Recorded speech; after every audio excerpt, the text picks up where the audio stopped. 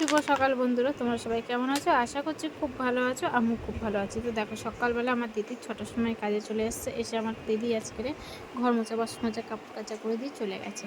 আর আমি আজকে ঠাকুর ঘরের বাসন, ঠাকুর ঘর মোছা, ঠাকুরের ফুল তোলা এইসব কাজগুলো সারছিলাম। তার মধ্যে এসে প্যান্ডেলের লোকেরা কাজ করছিল। ওদের কাজ বাজ দেখে আমার তো মাথা ঘুরে যাচ্ছে। তো ওরা গাছগাছালিগুলো ঢেকে দিয়েছে, আর এক পাশের প্যান্ডেল অলমোস্ট তখন আমার অনেকটাই রেডি হয়ে গেছে।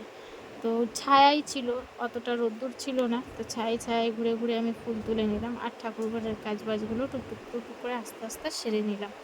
সেরে টেরে নিয়ে আমার ঠাকুর ঘরটা সারতে প্রায় 1 থেকে 1.5 ঘন্টা সময় লাগে যদি আমি ঠাকুর ঘরে ঢুকি। ঠাকুর ঘর মুছতে, ঠাকুরের বাসন মাজতে, আর ঠাকুরের ফুল তুলতে, এই 3টে কাজ করতে মিনিমাম আমার 1 থেকে 1.25 ঘন্টা মতন সময় লেগে যায়।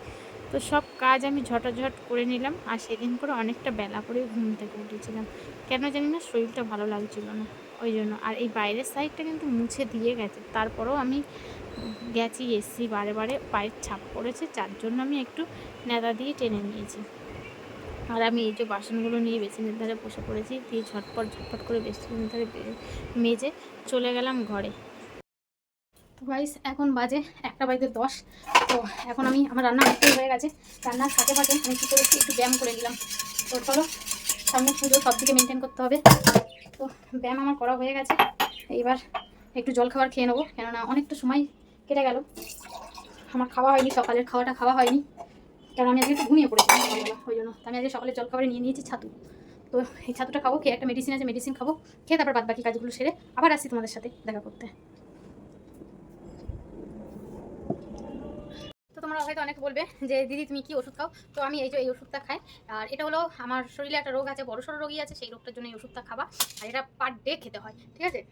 এবার অনেকে জিজ্ঞাসা করবে কী রোগ আছে, তো সেটা আমাকে কেউ জিজ্ঞাসা করো না, কেন বলতে পারবো না। চলো ওষুধটা খেয়ে নিই আগে। আমি ওষুধটা খেয়ে নিই, খেয়ে নিয়ে এই যে ওষুধটা নিয়ে নিয়েছি, জব করে আগে খেয়ে নিই।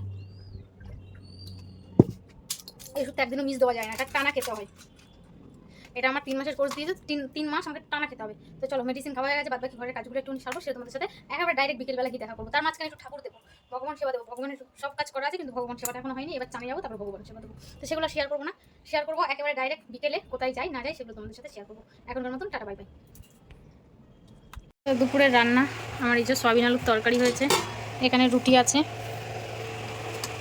আলু পোস্ত, রান্না করেছি বিউলির ডাল, আর এদিকে আছে নিচের হাঁড়িতে ভাত। তো চলো, খাওয়া দাওয়া করে ফিরে আসছি তোমাদের সাথে আবার বিকেলের কোনো ব্লগ নিয়ে। পুরোপুরি রেডি হয়ে গেছি, আজকেও যাবো, একটু কিছু কেনাকাটি বাকি আছে, সেই সমস্ত জিনিস কেনাকাটি করতে। তো রেডি তো আমি পুরোপুরি হয়েই গেছি, এই যে ওখানে। আর তোমাদের দাদাভাইও এইদিকে রেডি হয়ে গেছে। যাই হোক, বেরিয়েও পড়লাম। এই দেখো, এখানে তালা মারো, না পুরোপুরি রেডি। আর হচ্ছে তোমার ব্যালকনির টালি, তাই তো? তো দেখো, দেখতে দেখতে চলে এসেছি আমাদের কেষ্টপুর বাজারে, যে এম বাজারটা আছে সেই এম বাজারে। তো চলো, ওখান থেকে কিছু জিনিস কেনাকাটি করলাম। বেসিক্যালি কেনা হয়েছে তোমার দাদার শার্ট, আর একটা দিদিভাইয়ের মেয়ের জন্য একটা জামা কেনা ছিল, তো সেটাও কিনে নিয়ে এসেছি। আর একটা ঘর মোছা এই জল টানা যে স্ক্যাপারগুলো হয় সেটা কিনেছি। তারপরে এম বাজারের থেকে বেরিয়ে ওখানে আবার কিছু প্যাকেট রাখা ছিল, টিকিটটা দিয়ে সেই প্যাকেটটাকে নিয়ে চলে এসেছি সোজা আমি ফুচকার দোকানে। তো যাই হোক, ফুচকার দোকানে এসে একটু ফুচকা খাবো বলে দাঁড়িয়েছিলাম, কিন্তু ফুচকালা কাকুটাকে যতবার ঝাল দিতে বলছে, ঝাল আর দেয় না। কোনো রকমে ঝাল দিয়েছে, ভালো লাগলো না, তাও খেয়েছি 20 টাকা। তো এই ভিডিওটা এই পর্যন্তই ছিল, নেক্সট ভিডিওই তোমাদের সাথে দেখা হচ্ছে। টাটা বন্ধুরা।